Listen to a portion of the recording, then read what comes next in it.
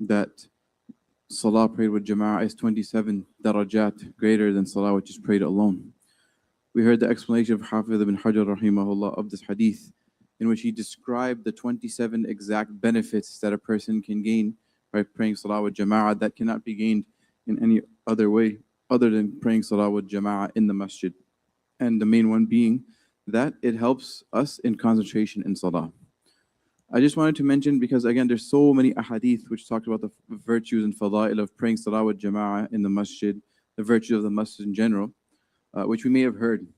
However, I wanted to mention some stories of the pious people of the past, which show the emphasis that they used to give to praying Salah with Jama'ah, just so it can be an inspiration for us, so we can also give such importance as well. Sa'id ibn Musayyib rahimahullah, one of the greatest, arguably the greatest tabi'i, as some ulama would say, he felt pain in his eye. So he had some sort of eye issue.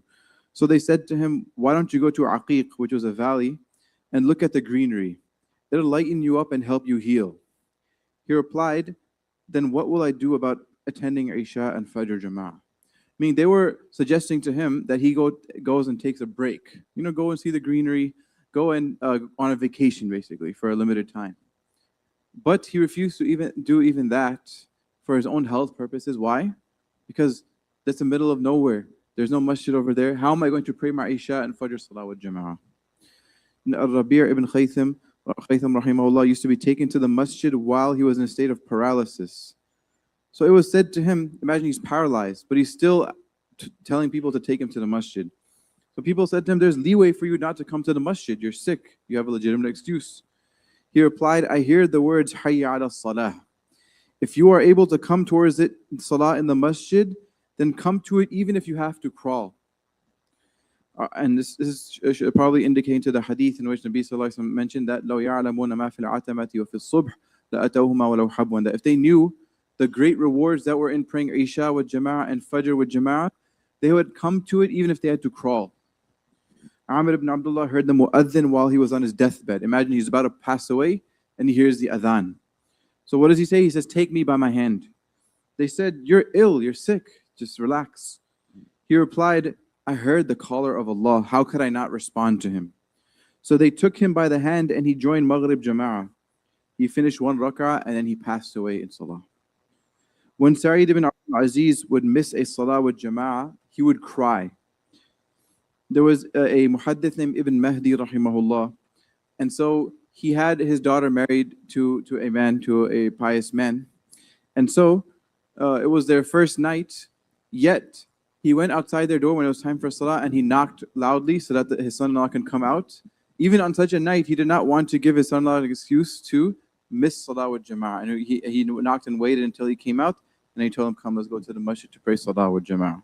Although the ulama do give some leeway within the first couple of days of marriage, not coming to the masjid, but this was the emphasis that the pious people of the past used to give for praying Salah with Jama'ah. When Al-Muzani, rahimahullah, was a great student of Imam Shafi'i, would miss a Salah with Jama'ah, he would pray that Salah 25 times. Imam Hassan al-Basri, rahimahullah, said, when you miss Salah with Jama'ah, then say, Inna lillahi wa inna ilayhi raji'un, because it is a musibah, it is a calamity. We know that a famous ayah of the Quran, إِذَا أَصَابَتْ الَّذِينَ إِذَا أَصَابَتْهُمْ مُصِيبَةٌ قَالُوا إِنَّا لِلَّهِ وَإِنَّا إِلَيْهِ رَاجِعُونَ. When any musibah, any calamity afflicts us, we say these words. So it shows you the value they gave to Salah in Jama'ah in the masjid. He's saying that if Salah with Jama'ah misses you, then you say Inna lillahi wa inna ilayhi raji'un, because this is truly a musibah. And there's another narration that mentions that Sa'id ibn Musayyib rahimahullah, he walked into the masjid one day, he happened to be late, and he saw that the Jama'ah had already finished, and everybody could audibly hear him saying Inna lillahi wa inna ilayhi raji'un. This was a very powerful story. Ibn Khafif rahimahullah, he had pain in his hip to the point where he couldn't even move. When the adhan was called, he would have a man carry him on his back to the masjid. It was said to him, why don't you go easy on yourself? He's literally paralyzed. He has severe pain in his hip. He can't even move. Yet he's having somebody carrying him on his back to come to the masjid. He replied, if you ever hear the words, Hayya ala salah, and you don't see me in the saf, then look for me in the graveyard. Very powerful statement. I'm going to repeat it again. If you ever hear Hayya ala salah, and you don't see me in the saf, then look for me in the graveyard, because that's the only place you'll find me, not in the masjid. It will be in the graveyard. Otherwise, no matter what happens, you will find me in this masjid. Ubaidullah al-Qawariri, one time he missed salah with jama'ah due to a guest. He had a guest over and he missed salah with jama'ah. So then he prayed that same salah 27 times, thinking that, hopefully I can get that same reward. When he fell asleep that night, he had a dream that he was with a group of horsemen and he was riding in his own horse and they were racing. Their horses fast outran mine. So I started kicking my horse so I could catch up with them. The last one amongst them turned around and he said, "Don't waste your energy. You'll never catch up to us." I said, "Why?" He answered, "Because we prayed Isha with Jama'ah." Right? SubhanAllah, Allah Ta'ala is showing him that people who prayed Isha Salah with Jama'ah, that's such a far level that he's trying to race them, he's trying to catch up to them, but he can't catch up because they prayed Isha Salah with Jama'ah. Right? So these are just a few stories. There's many other stories as well that tell the value that the pious people of the past gave to praying Salah with Jama'ah. Yet us, for example, the slightest excuse, we will miss Salah with Jama'ah.